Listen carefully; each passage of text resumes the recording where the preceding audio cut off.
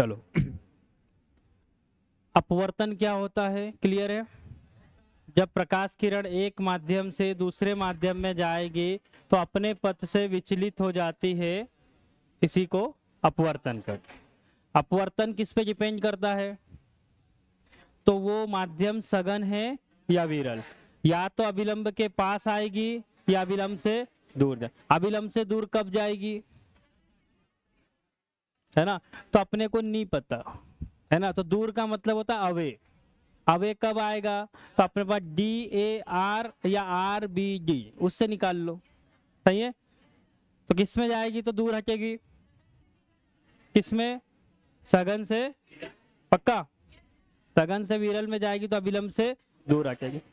तो जब दूर हटते जाती है तो फिर एक ऐसी स्थिति आती है कि आपतन कोण का वह मान जिस पर अपवर्तन कोण 90 डिग्री हो जाता है, उसको क्या कहते हैं? क्रांतिक कोण। क्या कहते हैं? क्रांतिक। और जब कोई आपतित किरण क्रांतिक कोण से ज्यादा पर आपतित होती है तो उसका क्या होता है? पूर्ण आंतरिक परावर्तन। इसी के कारण अपन ने देखा मृगमरीचिका, ठीक है, मिराज क्या होता है, रोड के ऊपर जो पानी दिखता है वो क्यों दिखता है, और फिर अपन ने देखा हीरा क्यों चमकता है। ठीक है, आज क्या देखेंगे? तो अब अपन ने क्या क्या पढ़ लिया पहले वो देखो। तो अपन ने अपवर्तन पढ़ चुके हैं, सही है? अपवर्तन अपने को पता है क्या होता है। अपन ने इसमें ये भी देख लिया क्रांतिक कोण क्या होता है, देख लिया। फिर अपन ने ये भी देख लिया कि पूर्ण आंतरिक परावर्तन क्या होता है, देखा कि नहीं देखा? पूर्ण आंतरिक परावर्तन। अपन ने को ये भी पता है कि अपवर्तनांक क्या होता है। यदि अपवर्तनांक ज्यादा है, मतलब म्यू ज्यादा है, तो वो सघन होगा कि विरल होगा? सघन होगा। क्या होगा? प्रकाश की गति कम होगी, प्रकाश की गति कम होगी। क्रांतिक कोण क्या होता है? तो वह कोण जिस पर कोई प्रकाश किरण में अपवर्तन कोण क्या हो जाता है? 90 डिग्री। क्या हो जाता है? 90 डिग्री। जब इससे मान ज्यादा होता है तो क्या होता है? पूर्ण आंतरिक परावर्तन। यदि मैं बोलूं कि कोई चीज है जिसका क्रांतिक कोण क्या है? क्रांतिक कोण। यदि क्रांतिक कोण मान लो कम है, और दूसरा केस बोला कि क्रांतिक कोण का मान ज्यादा है। दूसरा केस क्या बोला? कि क्रांतिक कोण का मान क्या है? ज्यादा है। दूसरा केस बोला कि क्रांतिक कोण का मान क्या है? ज्यादा है। दो केस मैंने बोले, एक में बोला कम है, दूसरे में बोला ज्यादा है। तो क्रांतिक कोण का मान कम है तो पूर्ण आंतरिक परावर्तन ज्यादा होगा कि कम होगा? क्यों होगा वो समझो। जैसे हमने ये बात करी कि यदि मान लो मैंने ये बोला कि ये जाने वाली किरण है, आपतित किरण, यहाँ पर क्या है? तो एक अभिलंब है, और ये कौन सा कोण है? तो मैंने बोल दिया क्रांतिक कोण। इससे ज्यादा जो भी जाएगा तो उसका पूर्ण आंतरिक परावर्तन हो जाएगा, सही है क्या? अब मान लो ये वैल्यू है कितनी है? तो मैंने बोला 24 डिग्री। कितनी है? 24 डिग्री। इसका मतलब 24 डिग्री के बाद जितनी भी प्रकाश किरण इस पर आपतित होगी सबका क्या हो जाएगा? पूर्ण आंतरिक परावर्तन। यदि क्रांतिक कोण का मान कम, इसका मतलब ज्यादा से ज्यादा पूर्ण आंतरिक परावर्तन हो। इसका क्या मतलब होगा? तो हम बोलेंगे पूर्ण आंतरिक परावर्तन क्या होगा? तो ज्यादा होगा। पूर्ण आंतरिक परावर्तन, पूर्ण आंतरिक परावर्तन क्या होगा? तो पूर्ण आंतरिक परावर्तन क्या होगा? ज्यादा होगा। बोल सकते हैं ऐसा? पूर्ण आंतरिक परावर्तन क्या होगा? ज्यादा होगा। यदि क्रांतिक कोण का मान ज्यादा है तो फिर क्या बोल सकते हैं? तो पूर्ण आंतरिक परावर्तन, आंतरिक परावर्तन क्या होगा? ऐसा अपन बोल सकते हैं, कम होगा, सही है? तो ऐसी कोई चीज, हीरे में पूर्ण आंतरिक परावर्तन क्यों ज्यादा होता है? क्योंकि क्रांतिक कोण कम होता है। क्रांतिक कोण कम होता है। क्रांतिक कोण का मान कैसे निकालते हैं ये बताया था कल। क्रांतिक कोण का मान कैसे निकालते हैं? तो ध्यान दो, जब भी कोई चीज किससे जाएगी? सघन से विरल में, सघन से विरल। और सबसे ज्यादा विरल कौन है? तो हवा है। और हवा का अपवर्तनांक कितना है? तो 1 है, बोल सकता हूं। और ये कहां से जा रही है? तो सघन से विरल में जा रही है। इतना समझ में आ रहा है?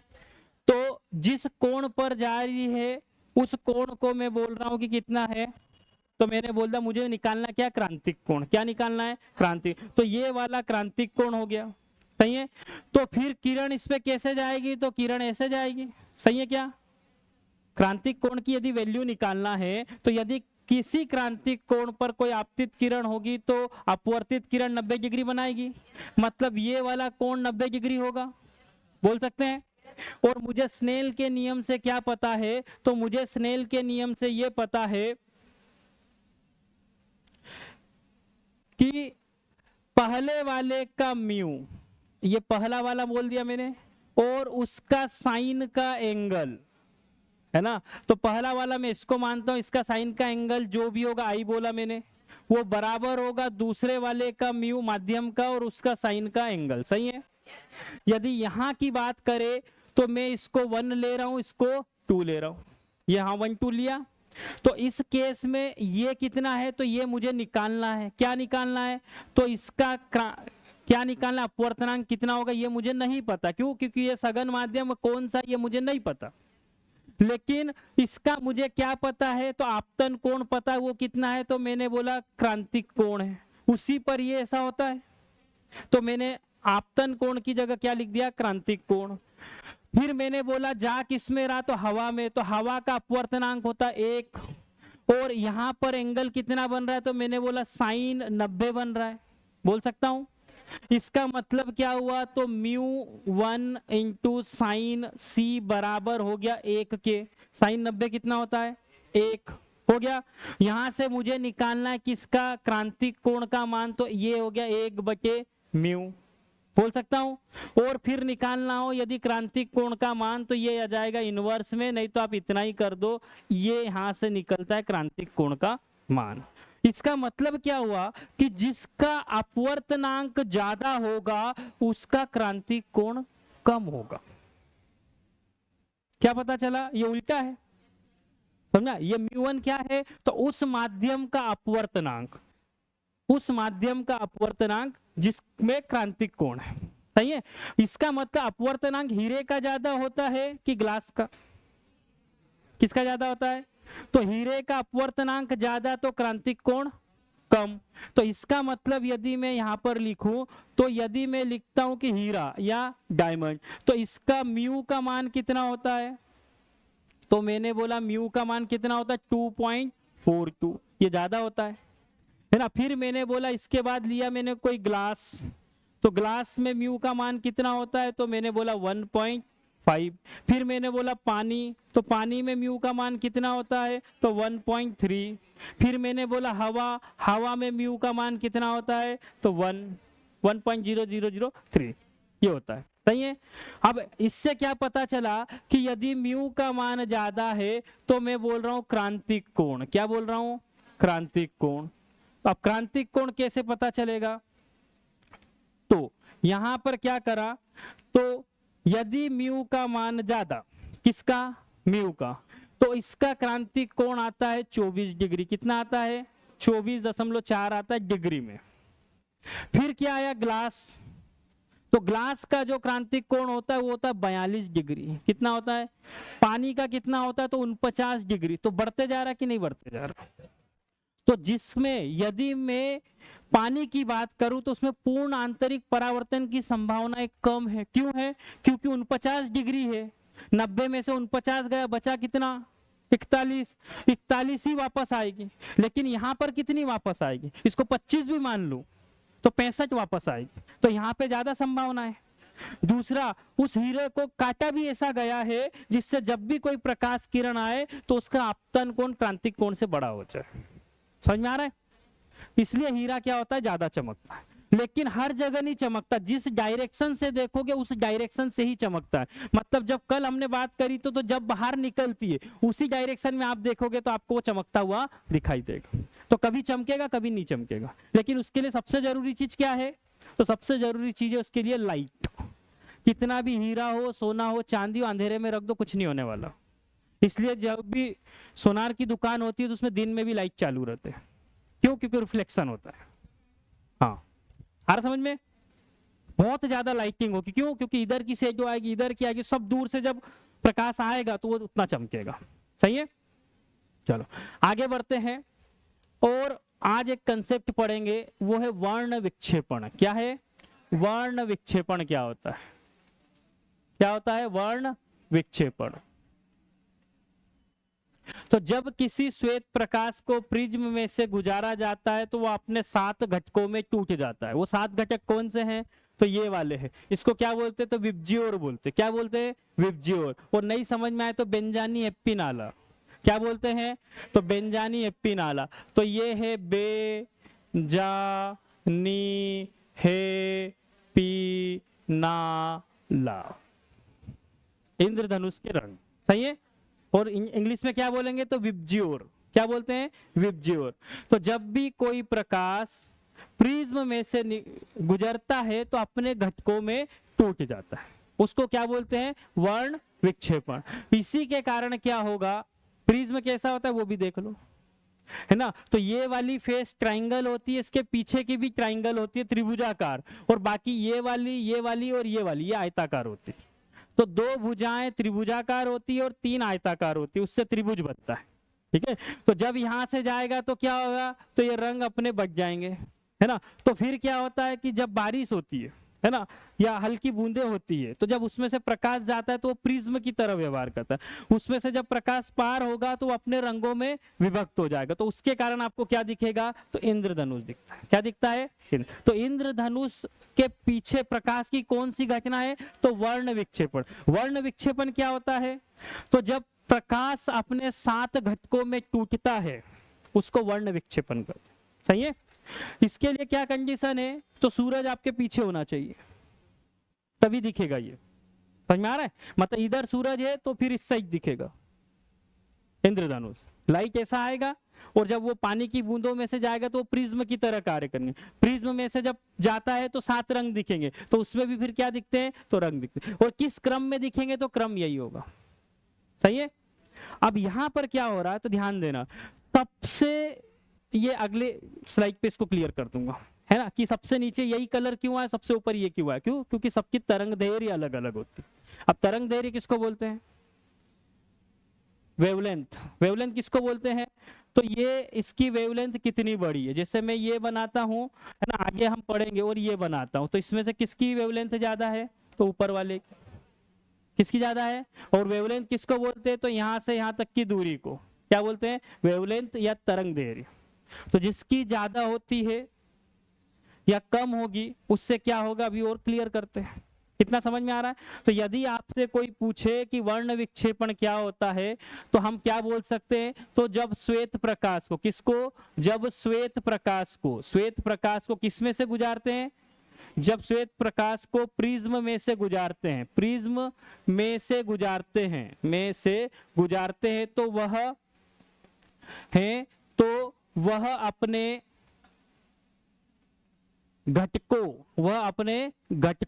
मतलब 7 रंगों में क्या हो जाता है? विभक्त हो जाता है। क्या हो जाता है? विभक्त हो जाता है। इसी घटना को क्या बोलते हैं? हाँ, भोजन। और प्रकाश का अपने घटकों में विभक्त होना ही क्या कहलाता है? वर्ण विक्षेपण। इससे क्या कहते हैं? वर्ण विक्षेपण। आ रहा समझ में? क्या कहते हैं? वर्ण विक्षेपण। क्लियर है इतना? ठीक है। तो पहली चीज अपने को ये पता चली कि वर्ण विक्षेपण मतलब 7 रंगों में टूटना।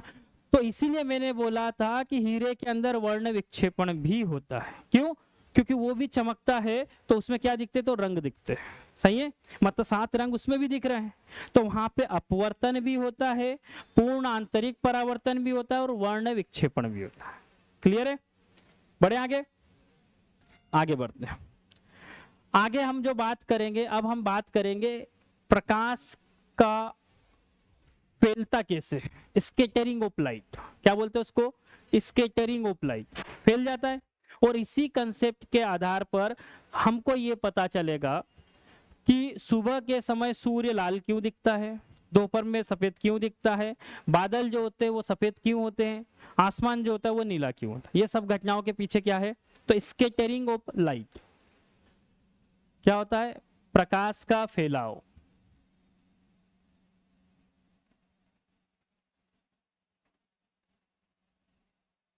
ठीक है। इससे क्या क्या पता चलेगा?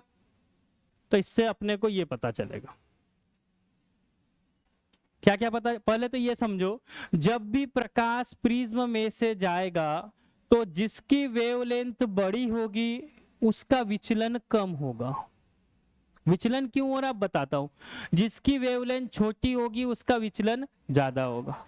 तो किसकी वेवलेंथ छोटी होती है? तो जब आप नैनोमीटर में देखोगे तो बैंगनी की सबसे कम मिलेगी, रेज की सबसे ज्यादा मिलेगी। तो रेज वाली जो होती है वो बड़ी है ना। विचलन क्यों हो रहा है उसकी बात करेंगे। तो अब क्या होता है कि जब भी प्रकाश गया, मान लो यहां से कोई प्रकाश की लाइट जा रही है, सही है, और वातावरण में क्या है, तो धूल के कण है ना। अब इसकी वेवलेंथ है, तो रेज वाले की यदि बात करें तो ये वेवलेंथ है, सही है, और ब्लू वाले की बात करें तो ये वेवलेंथ है।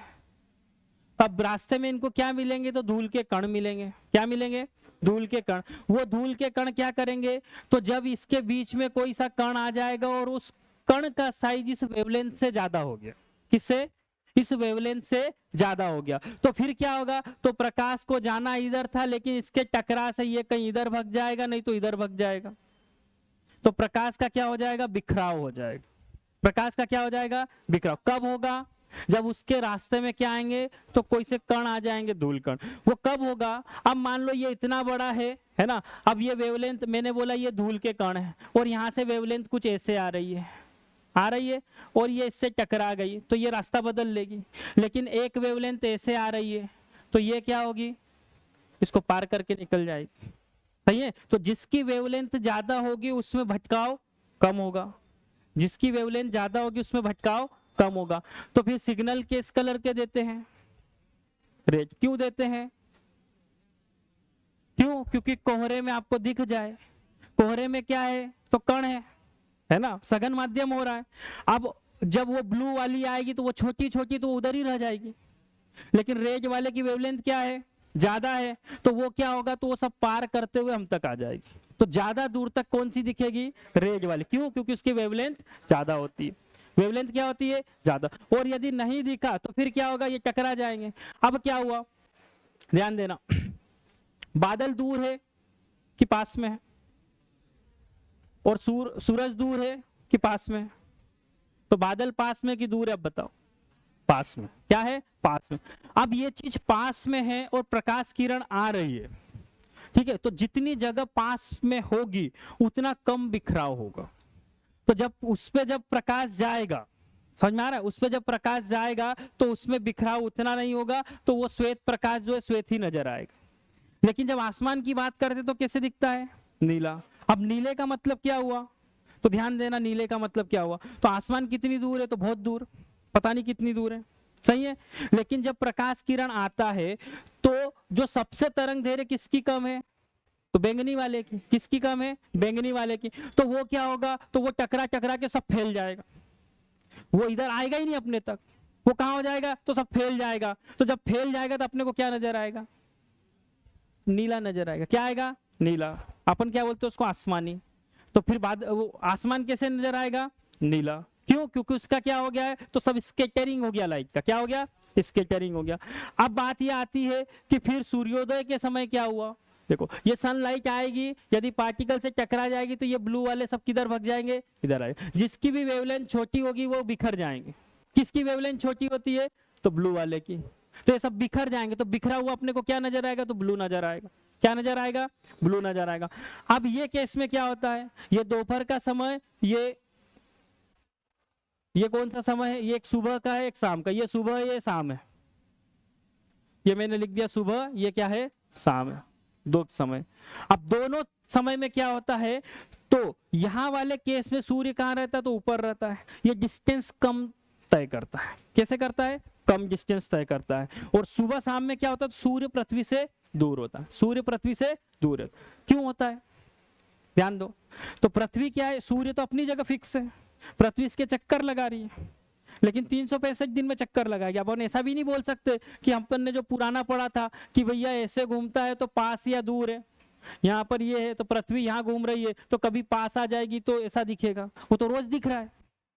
तो पृथ्वी अपने अक्ष पे घूम रही है, घूम रही है। अब उस अक्ष पे भी अपन एक जगह है, तो ये ऐसे घूमते घूमते आएगी, तो वो क्या होगा, तो सुबह 6 बजे हुआ तो सूर्य की तरफ मुंह करेगा, 12 बजे एकदम सामने मुंह आ जाएगा और फिर वापस ऐसे हो जाएगी।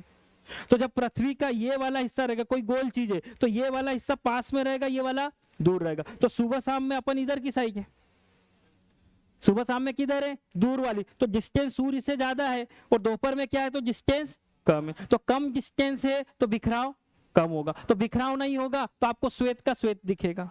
लेकिन सुबह शाम में क्या होगा, तो वो ज्यादा दूर है, प्रकाश की लेंथ ज्यादा दूर से आ रही, तो उसमें क्या होगा, बिखराव। अब बिखराव क्या होगा, तो अपनी आंखों तक कौन सी बच के आएगी, तो ब्लू वाली उधर ही बिखर जाएगी, है ना, नीचे से जाएंगे सब बिखरते चलेगी, आखिरी में अपने तक कौन सी बच के आएगी, रेज वाली।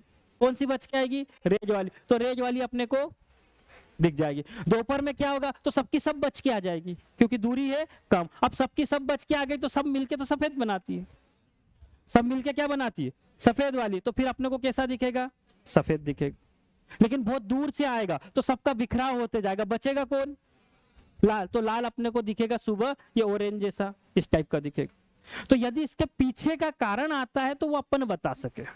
समझ में आ रहा है, अपने को पता होना चाहिए कि इसमें क्या होता है।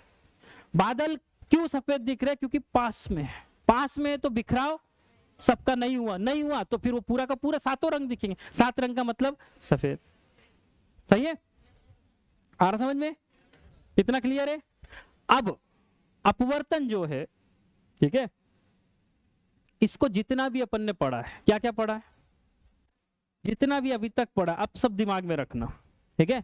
अब आपको क्या करना है, तो आपको क्वेश्चन आएंगे, क्या होगा, क्वेश्चन आएंगे, है ना, जितना आपको आता है उसको करके देखो या दिमाग लगा, और जिसको आता है वो हाथ उठा देना, है ना, जबरदस्ती सबको मत डिस्टर्ब करना। क्लियर है। तो अब यहां से अपने को देखना है इस पे क्वेश्चन पूछे कैसे जाते। मेरे हिसाब से एक भी क्वेश्चन का सॉल्यूशन करने की जरूरत नहीं है, यदि आपको कंसेप्ट क्लियर है तो। बड़े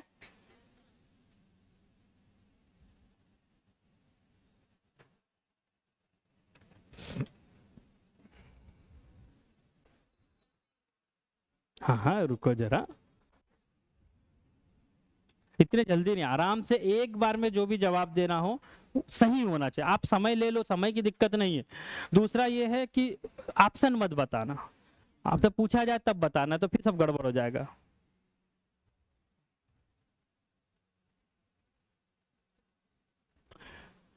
जब प्रकाश किरण सघन माध्यम से विरल माध्यम में प्रवेश करती है ना, तो क्या होगा, वह अविलंब की ओर झुक जाती है, वह अपवर्तित नहीं होती है, वह अविलंब से दूर जाती है, उसके आपतन और अपवर्तन कोण बराबर होते हैं।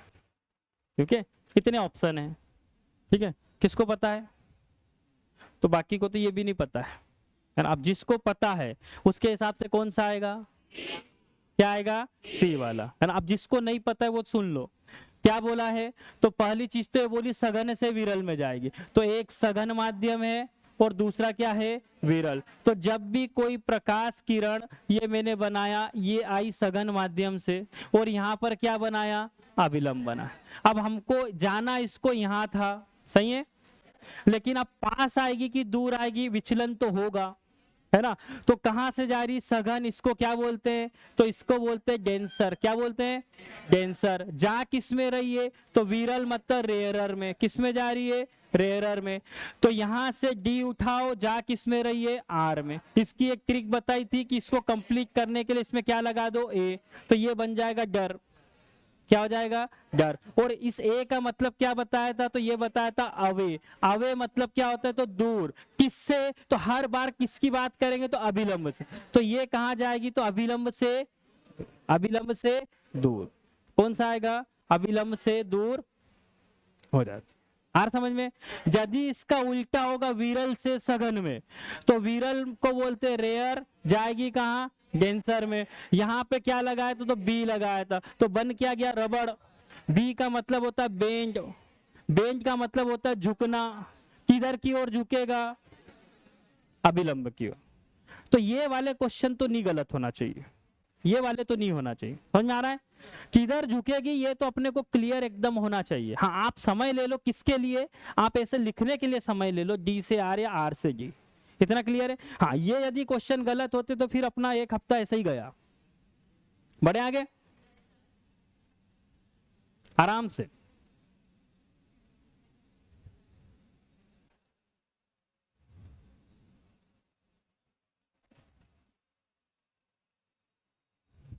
अब कैलकुलेशन करो, सब थोड़ी मिलेगा ऐसे।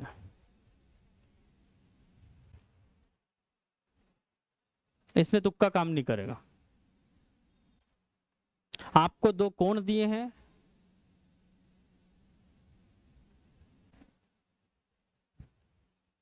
कैलकुलेशन करना पड़ेगा इसमें, ऐसे नहीं होगा। अपवर्तनांक निकालना है।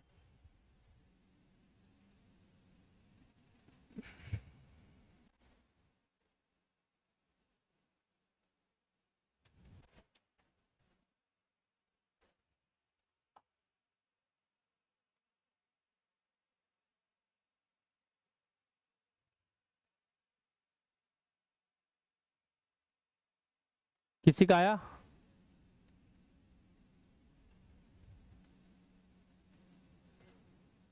हाँ तो बाकी का भी आने दो अब, पता नहीं किसका क्या आ जाए। सॉल्व करके देखना, ऐसे मत बताना।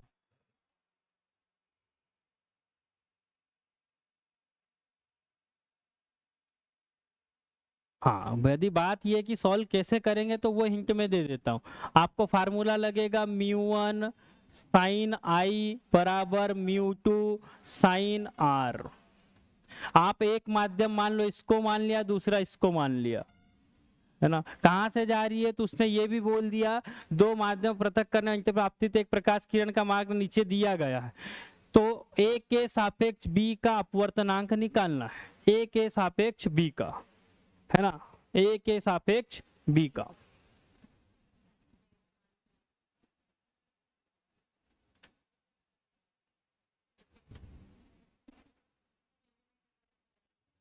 सब वैल्यू दी है, सब वैल्यू आई आर आपको दिया है। आप इससे पहले ये देखो कि सघन कौन सा है, विरल कौन सा है, सब होगा।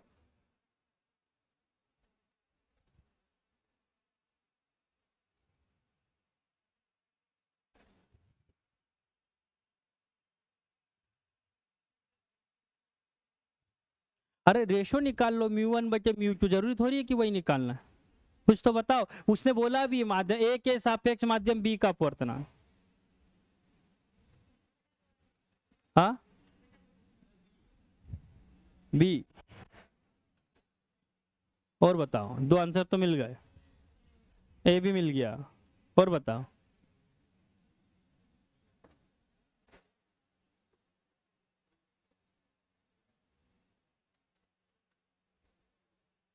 पहले तो ये बताओ सघन कौन सा होगा।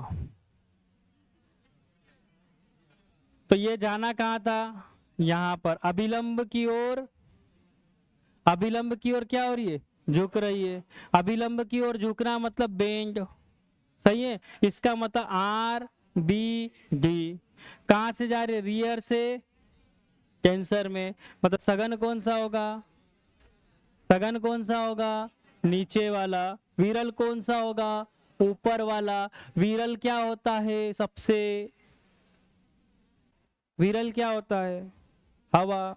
हवा का एक मान लो। अब तो चार तीन चीजें पता चल, अब तो सिर्फ μ2 निकालना है, इसमें तीन चीजें पता चल गई। ये क्या दिया मैंने, ये विरल है, मतलब μ1 आपको एक दिया है ना। μ2 आपको निकालना है। आई आपको दिया हुआ है 45, आर आपको दिया है 30, और क्या बचा, सब दिया अब तो।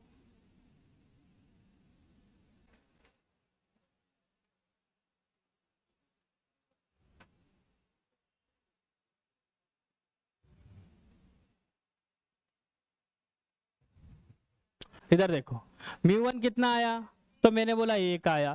साइन कितना दिया है, कितना दिया, साइन आई मतलब 45, यहां से μ2 निकालना है। साइन आर कितना दिया, 30, ठीक है। साइन 45 क्या होता है, 1/√2 बराबर μ2 साइन 30, साइन 30 1/2, 1/2, यही होता है, यही होता है।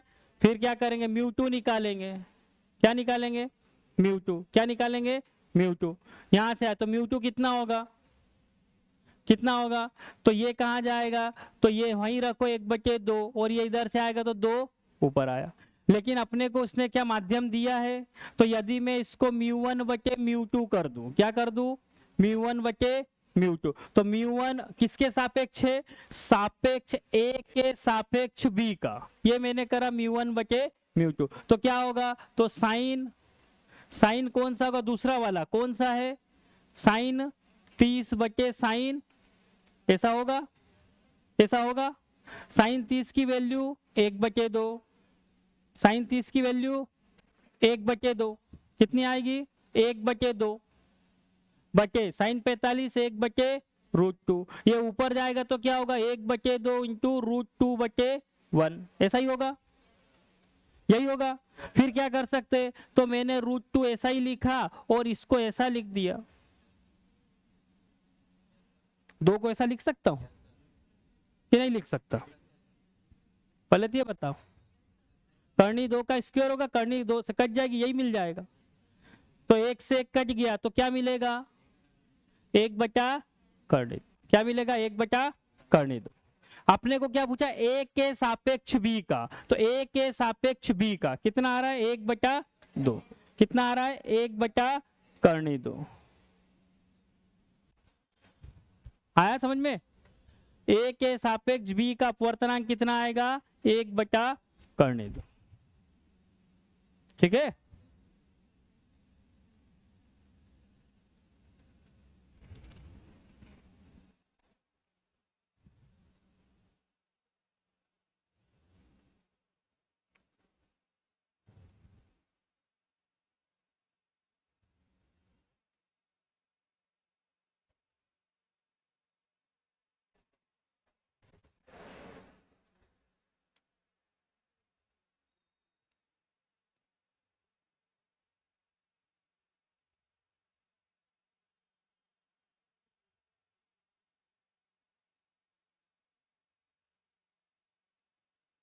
बोलो टी, और बोलो, और इतना भी आसान नहीं है, क्या बोला उसने,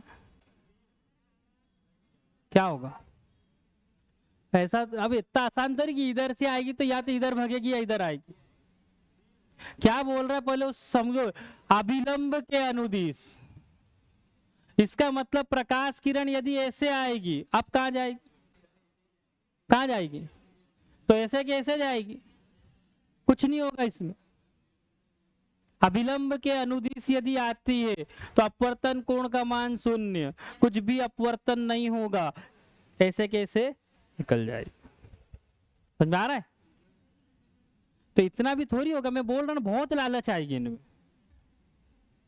बहुत लालच आएगी, है ना, अपने को क्या दिखा, हाँ भैया सतह के बाद जैसे ही जाएगा बदलेगी, लेकिन आ कैसे रही है तब, हाँ इसमें वो ये पूछता कि किधर जाएगी, अभिलंब से पास दूर, समझ में, उसने बोला अभिलंब के अनुदिश आती, मतलब ऐसे आती है तो क्या होगा, तो कोई परिवर्तन नहीं होगा, ऐसे कैसे जाएगी, तो थोड़ा सा समय ले लो, लेकिन और है ना, यदि वो आंसर आता है तो इसकी बजाय ये सोचा करो कि ये नहीं हो सकता, तो सही जगह पहुंचोगे, ये नहीं हो सकता, क्रॉस मारते चलो, जल में प्रवेश करने से पहले, चलो ये तो आप खुद ही कैंसिल कर चुके हो, फिर इसके बाद सीमा पर बदल जाएगी, है ना, तो ये कॉन्टेक्ट सर के बाद जो भी होगा, तो चलो ठीक है, इसमें थोड़ा सा रुकते हैं, जल में प्रवेश करने के बाद बदल जाएगी, हाँ तो जो यदि सघन में जाएगी तो स्पीड कम होगी, है ना, तो ये आप सोचा, लेकिन बात ये है ना कि अपन ने ये वाला सोचा, अपन ने कौन सा सोचा, ये वाला, लेकिन उसने बोला क्या शब्द, अभिलंब के अनुदिश, है ना, तो अभिलंब के अनुदिश जब भी आएगी तो उसमें कोई भी अपवर्तन नहीं होगा,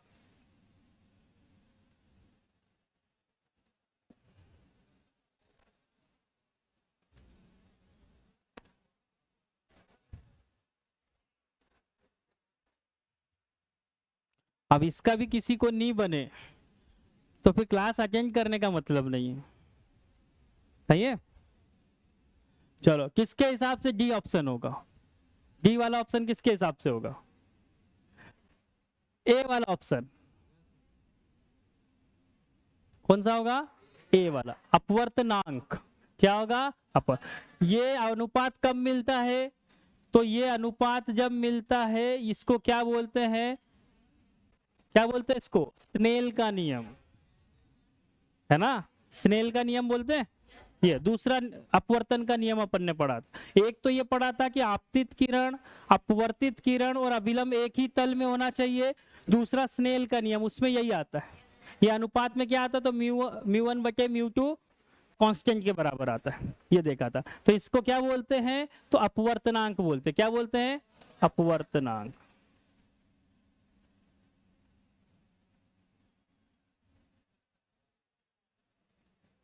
अच्छे से पढ़ना, फिर बोल रहा हूं, बहुत अच्छे से पढ़ना, जल्दी मत करना।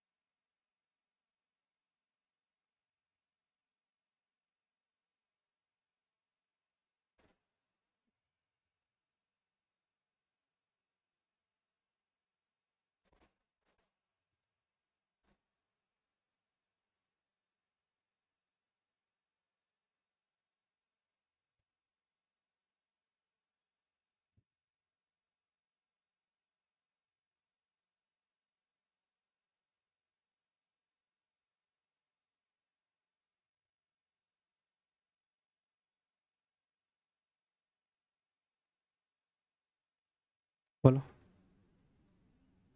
ऐसे ऑप्शन करके बता दो, पहला, दूसरा, तीसरा, चौथा। चलो, इसमें सबके आंसर मिल गए। एक भी मिल गया, दो भी मिल गया, तीन भी मिल गया, चार भी मिल गया, है ना, सब ऑप्शन मिल गए। ठीक है, पहली चीज तो क्या बोल रहा है वो, तारों का टिमटिमाना, हीरे का चमकना, तारों का टिमटिमा कब होता है? कब होता है? कब होगा? बोलो। तो मैंने तो हीरे के चमकने में पूर्ण आंतरिक परावर्तन बताया, सही है। तारों का टिमटिमाना क्या आएगा? लेकिन होगा क्यों? तो पहला ऑप्शन बोला, हवा की विभिन्न परतों के घनत्व में परिवर्तन की वजह से आकाश के रंगों में निरंतर परिवर्तन होता है। ये सही हो सकता है क्या? चलो, इसको हटा दिया। दूसरा, हवा की विभिन्न परतों के घनत्व में परिवर्तन की वजह से प्रकीर्णन तीव्रता में निरंतर परिवर्तन होता है। प्रकीर्णन किसको बोलते हैं? स्कैटरिंग, अभी जो लिखवाया था, है ना, तो ये भी नहीं हो। तीसरा वाला, हवा की विभिन्न परतों के घनत्व में परिवर्तन की वजह से किंगल प्रभाव में निरंतर परिवर्तन, ये भी। अपन ने क्या पढ़ा है? अपवर्तनांक बदलने का मतलब ये होता है कि सघन विरल विरल सघन ऐसे चलेगा, सघन विरल विरल सघन। तो उससे क्या होगा, तो उसकी वास्तविक स्थिति नहीं दिखेगी। तो कभी तारा इधर दिखेगा, कभी इधर दिखेगा, तो बार बार इधर उधर होने से क्या भ्रम होगा कि वो चमक रहा है, हिलता हुआ भी दिखता है। क्यों? क्योंकि वो क्या होता है, सघन से विरल में जाता है तो अपने मार्ग से विचलित होता है। ठीक है, तो क्या आएगा, किसके हवा की विभिन्न परतों के घनत्व में परिवर्तन के कारण, घनत्व मतलब सघन या विरल होगा, तो उसका क्या बदलता है? अपवर्तनांक। तो अपवर्तनांक के बदलने से क्या दिखता है? तारों का टिमटिमाना।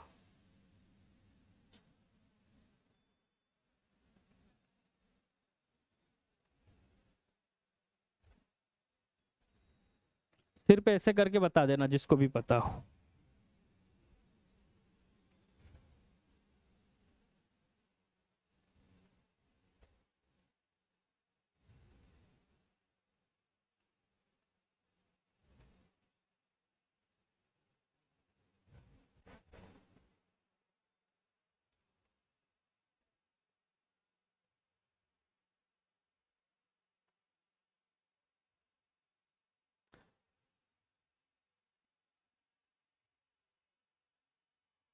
चलो, क्या आएगा, है ना। चार का मतलब क्या है, पहले समझो। चार क्यों आएगा? जब प्रकाश जल से होते हवा में प्रवेश करते हैं, जल से होते हुए हवा में, रंग कब बदलता है? तो तुमने सोचा पानी की बूंदे आती है तो जल से होते प्रकाश निकलेगा तो रंग बदल जाएंगे, तुमने ऐसा सोचा, है ना। जब प्रकाश जल से होते हुए हवा में प्रवेश करता है तो उसका क्या बदलती है? तो जब भी कहां से जा रहा है? जल से हवा में। जल क्या है हवा के रिस्पेक्ट में? तो मैंने बोला सघन है। क्या है? सघन है। और हवा क्या है? विरल है। हवा क्या है? विरल है। तो जितना ज्यादा सघन होगा उतनी स्पीड कम होगी। तो जब सघन माध्यम बढ़ेगा तो स्पीड क्या होती है? कम होती है। और विरल होगा तो स्पीड जाएगा। और इसी को अपन क्या बोलते हैं? तो अपवर्तनांक बोलते हैं। अपवर्तनांक बढ़ेगा तो स्पीड कम होगी। तो जैसे जैसे तो हवा से जल में जा रहा है, मतलब क्या हो रहा है? सॉरी, कहाँ जा रहा है? जल से होते हुए हवा। तो जल से होते हुए हवा में जा रहा है, तो उस जब भी उसका बदल क्या रहा है? तो सघन से विरल या विरल से सघन, ऐसा हो रहा है, तो उसका अपवर्तनांक बदल रहा है। और अपवर्तनांक बदलने से क्या बदलता है? तो प्रकाश की गति, प्रकाश की गति या चाल क्या बदलती है? उसकी चाल। तो अभी किससे आ रहा है? जल से, तो कम स्पीड होगी। जब उधर जाएगा तो स्पीड बदल जाएगी। तो क्या बदलेगा? चाल। क्या बदलता है? चाल। क्या बदलती है? चाल। तरंग दैर्घ्य तो समान रहती है, वो थोड़ी बदलेगी, समान रहती है। वो टकराएगी कि नहीं टकराएगी उस पर डिपेंड। सही है। क्या बदलती है? उसकी स्पीड कम ज्यादा होती है। क्या कम होती है? स्पीड। क्या बदलती है? चाल। ठीक है। ऐसा थोड़ी है कि एक प्रकाश किरण आ रही तो जल में जाके लाल हो जाएगी कि पीली हो जाएगी। क्या बदलती है? उसकी चाल। सॉल्व करना पड़ेगा।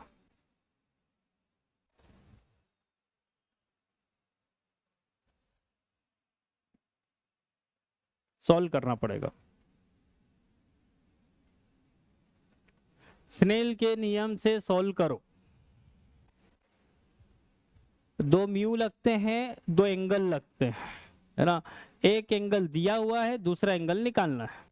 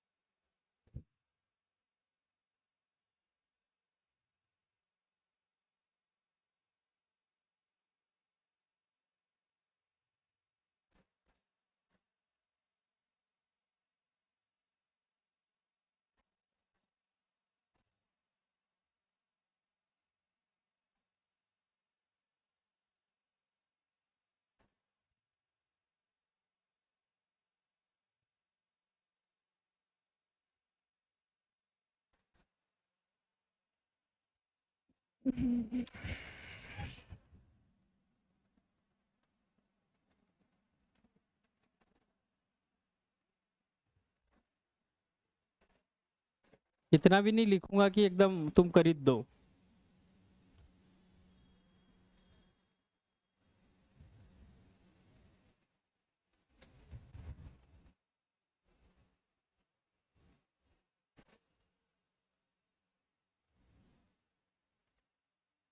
ऐसे कर दो, जिसका भी आंसर आ जाए वहीं से बता दो। दो आंसर तो आ गए अभी।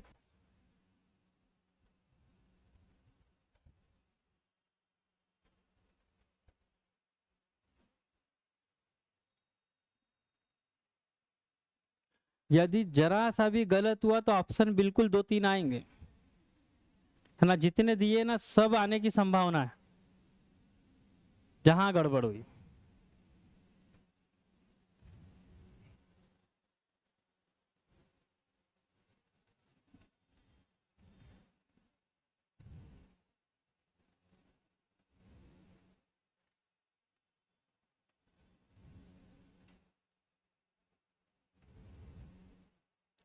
पहले तो प्रकाश किधर से किधर जा रहा है ये बता दो, इतना बता दो। सघन से विरल में मतलब ये पूछना चाह रहा हूं, वायु तो दिया, तो वायु से उस माध्यम में जा रहा है कि उस माध्यम से वायु में जा रहा है? पहले तो इतना क्लियर कर लो, तब तो अपन अपवर्तनांक निकालेंगे।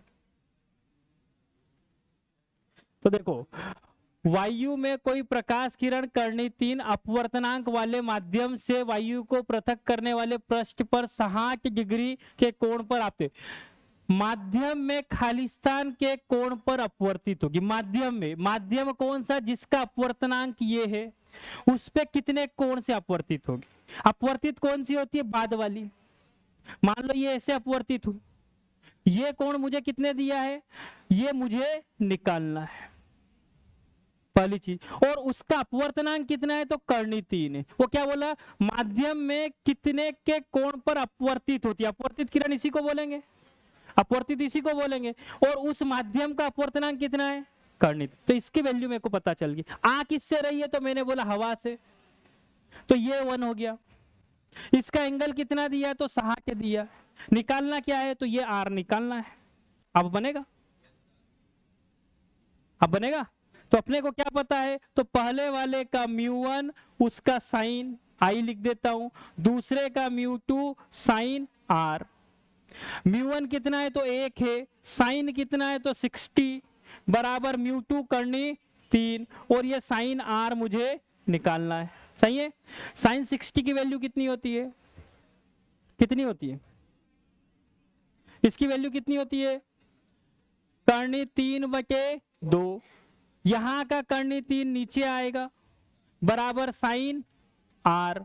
ये कटा 1/2 किसकी वैल्यू होती है, तो साइन 30 बराबर साइन आर। अपवर्तनांक कितना आ गया, ये आर की वैल्यू कितनी आ गई, 30 डिग्री।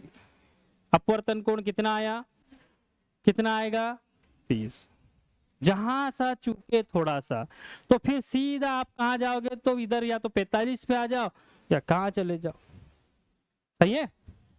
तो संभल के करना, थोड़ा सा डायग्राम सही बनना चाहिए। तो कहां से आया, तो एक हवा तो पता चल गया, हवा पता चल गया, वायु में कोई। दूसरा एक माध्यम है जिसका अपवर्तनांक दिया है, और आखिरी में क्या बोला कि माध्यम में खालिस्तान के कोण से अपवर्तित होगी। मतलब माध्यम में जब जा रही है तो वो कोण अपने को निकालना है, और उस माध्यम का अपवर्तनांक ये दिया है, मतलब ये मुझे निकालना ये दिया है। इसका मतलब जहां से आ रही वो हवा है, और उसका आपतित किरण ये दिया है, 60 डिग्री के कोण पर क्या होती है, आपतित होती है। तो ये वाला कोण दिया है, और हवा का म्यू कितना होता है, 1। तो यहां से अपन निकाल।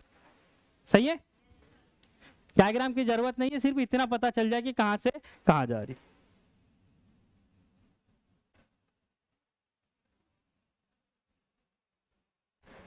प्रकाश की चाल निकालना है।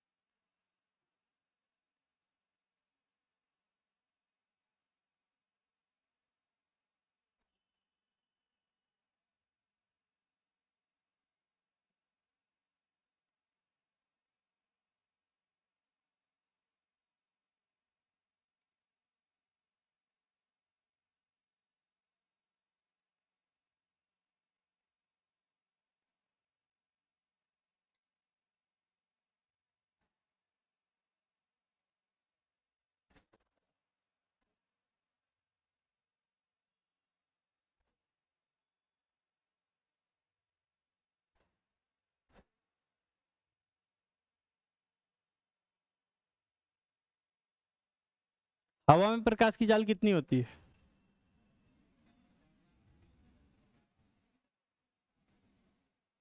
अब तो कर लो।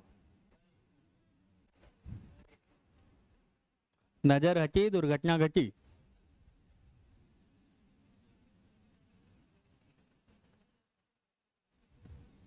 अब सब दे दिया मैंने।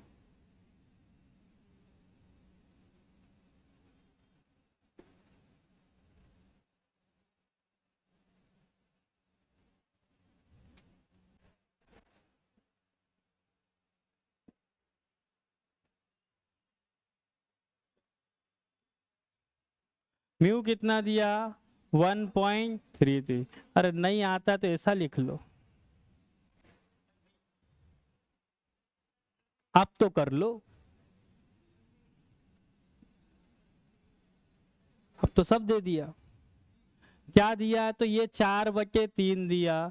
ये कितना है? 3 गुणित 10 की घात 8। ये v निकालना है।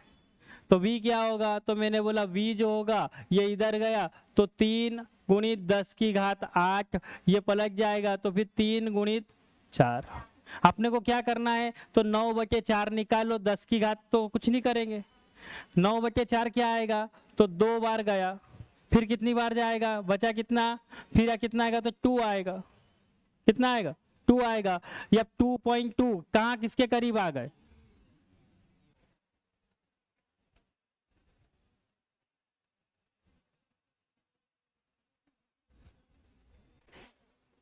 है ना? तो बहुत पढ़ लिया अपन ने, सही है।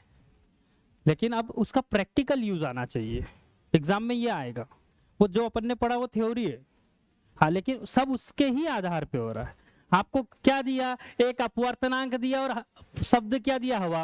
अब पहली चीज तो आपको ये पता होना कि हवा में प्रकाश की चाल कितनी होती है, या निर्वात में, तो वो बाय डिफॉल्ट सबको पता है 3 गुणित 10 की घात 8 होती है। अब ये अपवर्तनांक दिया, या तो आप डायरेक्ट इसमें भाग दे दो, किसका? 1.33 का, किसमें? 3 में, तो भी कितना आएगा वो निकाल लो। बढ़े आगे। अब यदि ये क्वेश्चन ध्यान रहा तो अगले में टाइम नहीं लगना चाहिए, और आगे आएगा भी।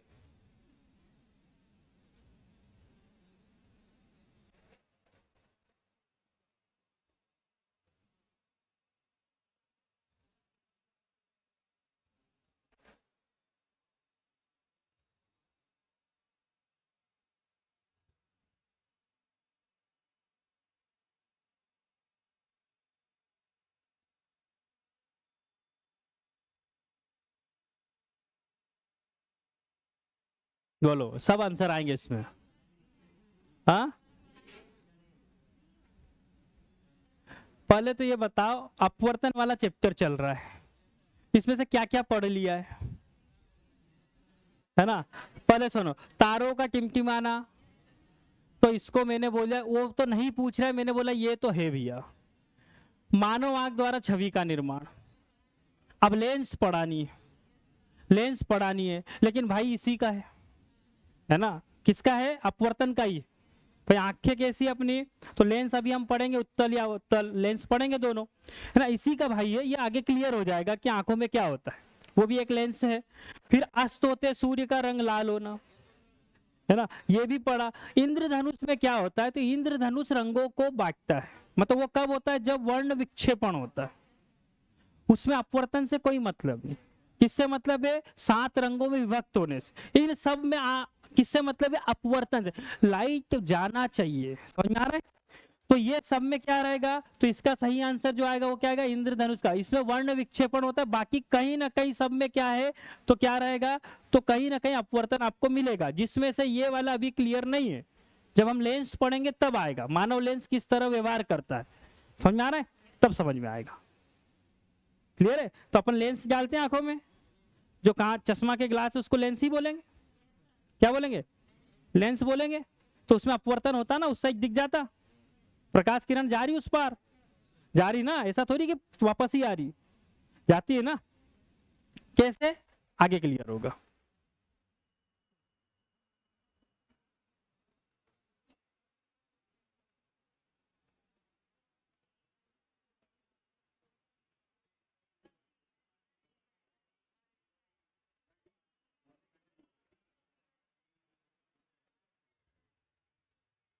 मैंने बोला था पहले भी आएगा, ऐसा ऐसा बोला था कि आएगा ये, है ना? तो कितने जीरो के बाद आता है? 3।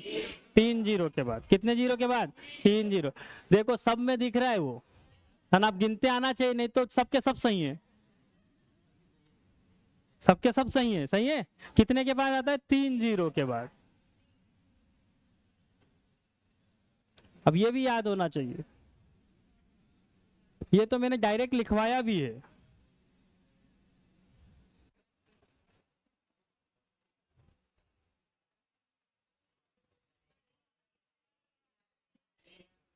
कैसे पता चला? इसके पहले क्वेश्चन में 4/3 की जगह 1/3 दिया था, और प्रकाश की गति निकल के आई थी 2.26, सही है। और दूसरा यदि आपको पता करना हो तो अपन ने लिखा हवा का अपवर्तनांक कितना होता है, तो 1 होता है, सही है।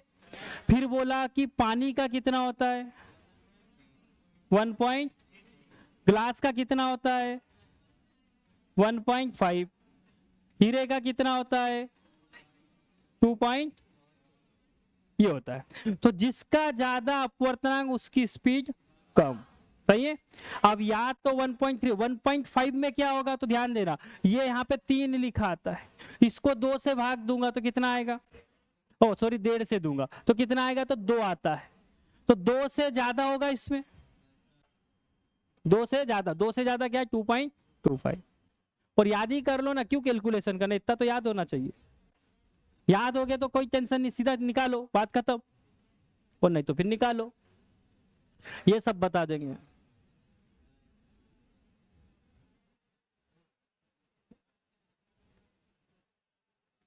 हाँ अब एक एक चीज और जोड़ दी, अब संभल के फिर आंसर कट करना चालू करो तो जल्दी आएंगे। कहां जा रही है, सघन से विरल, सघन से विरल, क्या होगा, क्या होगा, मत अभिलंब से, अभिलंब से दूर वाले कितने ऑप्शन है, तो अभिलंब की ओर, अभिलंब की ओर, पहली चीज तो हटा दो। अब बचे कितने, 2, दोनों में अभिलंब से दूर, किसमें जा रही है, तो सघन से विरल में, विरल में जाएगी तो प्रकाश की गति तेज होगी कि धीमी, तेज होगी कि धीमी, तेज होगी। सघन में जाएगी तो कम होगी। तो अभी क्या बोल रहा है, तो अभिलंब से दूर और कम गति, क्या होगा, अभिलंब से दूर और तीव्र गति, किसकी किसमें जा रही, विरल में, प्रकाश की गति बढ़ेगी, प्रकाश की गति बढ़ेगी।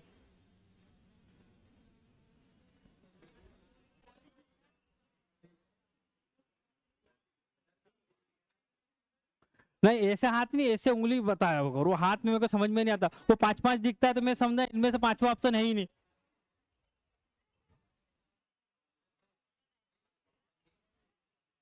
कौन सा ऑप्शन आएगा, है ना, ये तो याद कर लो, है ना। अब ऐसा भी नहीं कि आगे पीछे हो गया तो इधर कर देना, याद हो ना इतना। और वो यदि याद कर लिया 2-4 बार लिखोगे ना तो आधे क्वेश्चन ऐसे ही हो जाएंगे। अब इसमें कौन सा दिमाग लगाओगे, याद नहीं है तो गए काम से।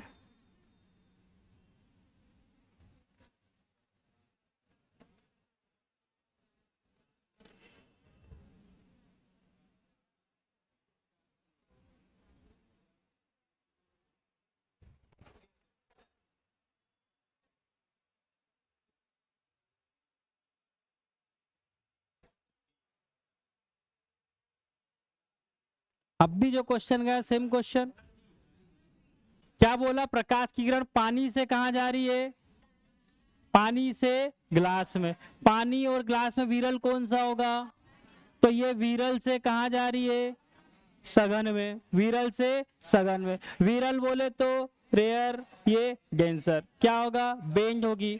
सामान्य किसको बोलते हैं, नॉर्मल को बोलते हैं ना, सामान्य कंडीशन है तो नॉर्मल कंडीशन है, ऐसे वालों। अभिलंब को बोलते, किसको, अभिलंब को। तो सामान्य से क्या होगी, सामान्य की ओर झुकेगी, तो सामान्य की ओर आएगा, दूर वाले कैंसिल कर दूं, सामान्य से दूर वाले कर दूं पहले तो, ठीक है। किस में जा रही है, सघन में, प्रकाश की गति कम होगी कि ज्यादा, कम होगी, तो सामान्य की ओर धीमी हो जाएगी, सही है क्या, सही है। तो पहले तो ये पहचाने, नहीं तो ये छोटे छोटे भी अपने को कहीं भी अड़ा देंगे। ये भी एक बार हिंट कर चुका हूं मैं, याद रखने वाली चीजें हिंट कर चुका हूं। वो पूछ क्या रहा आप नहीं समझे, ये क्या पूछ रहा है, सूर्य के वास्तव में क्षितिज के ऊपर से गुजरने और हमारे द्वारा पृथ्वी पर इसकी छवि देखे जाने में सक्षम होने के बीच का समय अंतर है। वो थोड़ी बोला कि सूर्य का प्रकाश पृथ्वी में कितनी देर से आएगा, वो क्या बोल रहा है कि यदि कोई चीज यहाँ पर है ना, जैसे मैंने ये बताया था कि ये पानी भरा हुआ है, तो ये यहाँ से प्रकाश किरण जाएगी, तो जब इसके बाद जाएगी तो अभिलंब से दूर हटेगी, तो ये कहीं यहाँ दिखेगा, तो सूर्य भी क्या हो रहा है, जब प्रकाश किरण जाएगी तो कभी हवा ऐसी कभी हवा ऐसी, तो सघन विरल होगा, तो वास्तव में उसकी स्थिति पे नहीं दिखेगा, तो उसमें कुछ क्या दिखेगा, डिफरेंस दिखेगा। वो डिफरेंस कितना होता है, तो यदि नहीं है तो ये याद रखना 2 मिनट का। कितना होता है, 2 मिनट का। तो कभी कभी सूर्य डूब गया फिर भी आपको दिख रहा है, या सूर्य उगा ही नहीं और दिख गया आपको, किसके कारण, तो वो जब सघन से विरल में जाएगा तो अभिलंब से दूर या जो विचलन होता है उसके कारण। तो कितना अंतर आता है, 2 मिनट। कितना आता है, 2 मिनट का।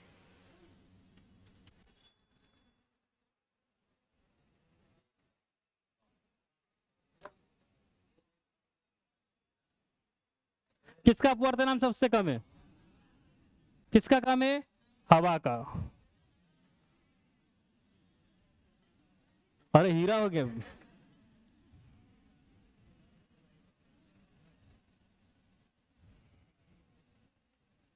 किसका आएगा, हवा।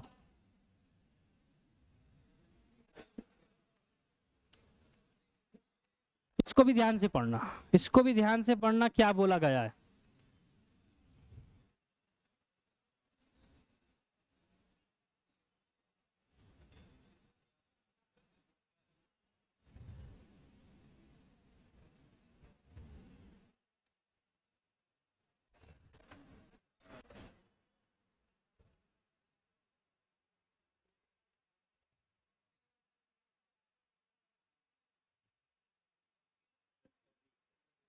क्या आएगा, बी वाला।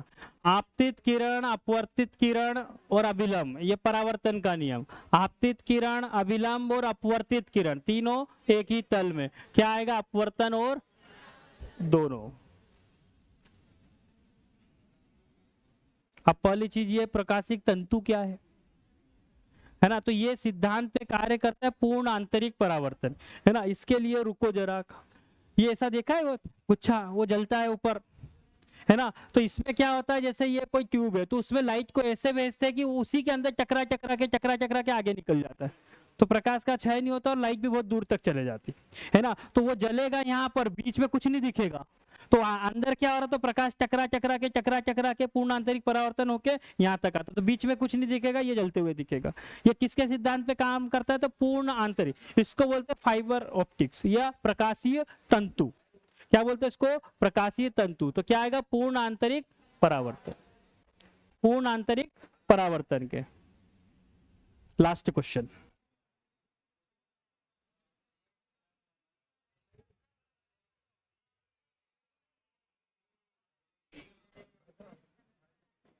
ठीक है, आ रहा समझ में। ये हो गया है कौन सा, अपवर्तन। अब लेंस पढ़ेंगे, क्या पढ़ेंगे, लेंस, ठीक है। तो बाकी का कल करेंगे।